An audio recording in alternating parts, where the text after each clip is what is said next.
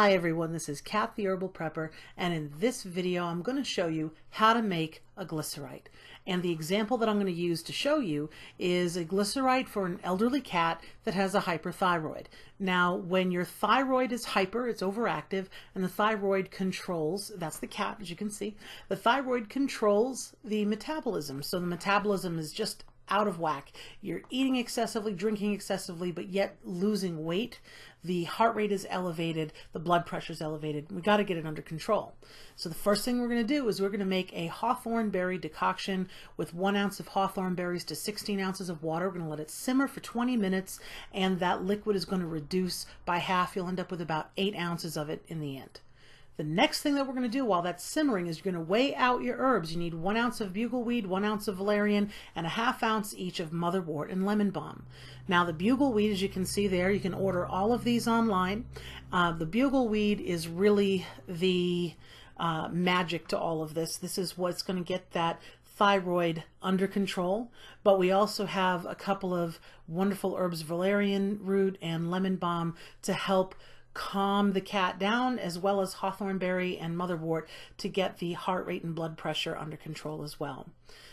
So here you can see that I have weighed out all the herbs, and that ends up being 3 ounces of herbs total. Now this is going to be part of a ratio, and we're looking for 1 part plants to 5 parts of solvent.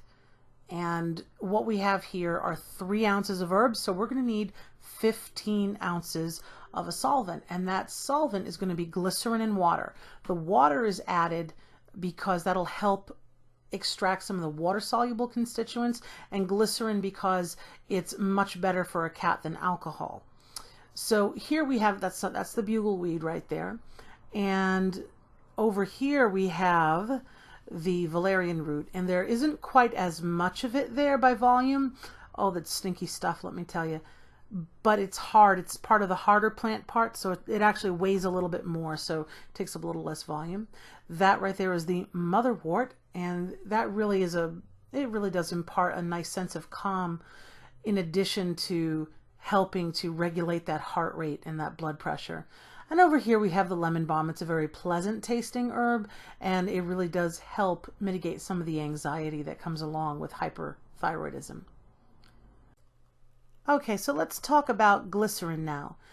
Where we might make a tincture for ourselves, glycerin is a much safer choice for cats. Cats should not have alcohol.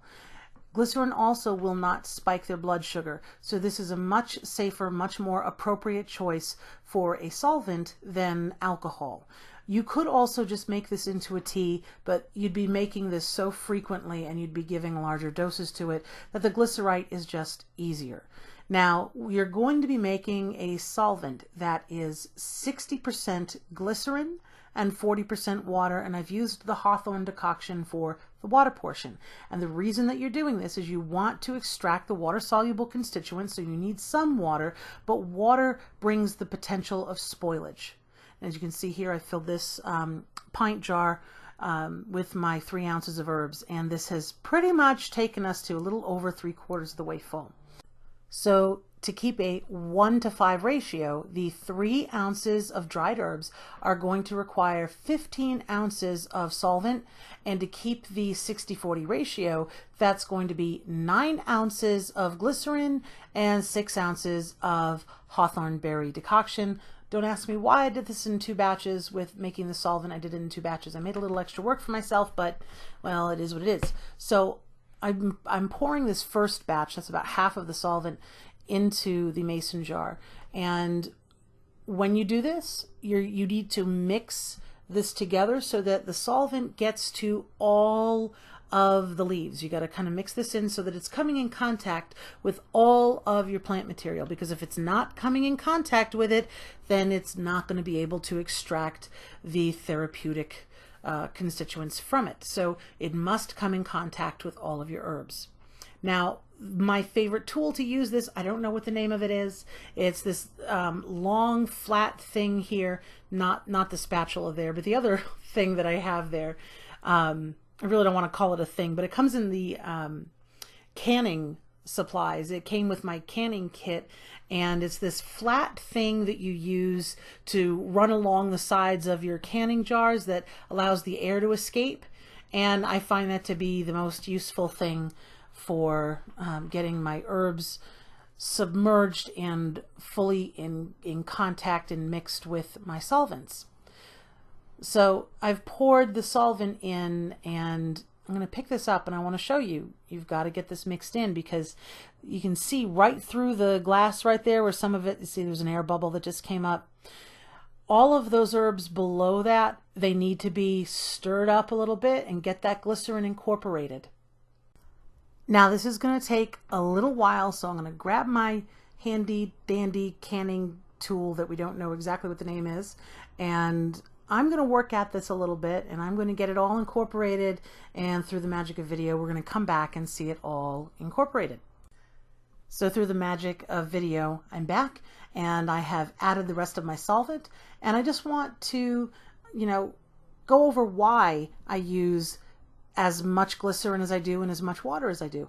This helps to extract the water-soluble constituents, but we want to avoid spoilage. We don't want it growing bacteria. We don't want it growing mold or anything nasty. You need at least 55% glycerin to make that happen.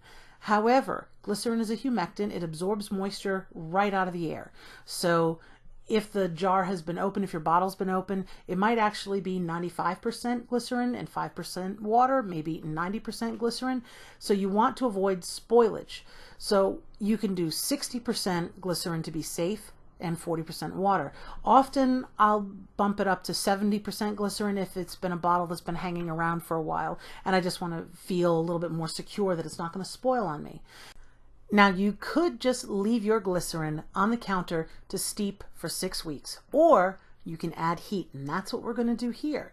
Now I've rigged this little pot up here with a little mini rack, which is just a ring from a canning jar, and we're going to warm it up in the pan like this. Normally I do this with a full canner of 7 quart-sized mason jars. You're not pressure canning it. The lid does not go on. All you do is you put your jars filled with your glycerite on the rack there at the bottom, and you're going to bring the water halfway up the jars. And if you do that in the canner, you're going to process that for an hour. If you do this little micro batch thing, you're just going to put that one jar in, that little pint jar, put water in to fill it halfway up the jar, and you'll process it for 30 minutes. You cannot do this with alcohol. You can't do it with honey, but you can do it with glycerin without harming it. So this speeds up the whole process of making a glycerite by about 6 weeks. You can be done with this in this little batch here in about 30 minutes. So once it's cooled off, you're going to strain it, and I lost the video. I don't know what I did with it on that, but you strain it through some cheesecloth and squeeze, squeeze, squeeze, and I got about 8 ounces out of it when all was said and done. But what I ended up doing, since I lost that part of the video, was I took a photo of this. This is about half of the medicine that I got out of it. You can see the glycerites turn this very dark color. The cat is doing quite a bit better. I mean, he's not going to be cured of it or anything, but he's certainly feeling a lot better and behaving a lot better. So if you'd like more information on herbs for everyday or emergency preparedness, 1, subscribe to my channel, and 2, visit my website at herbalprepper.com. Thank you for watching. We'll see you next time.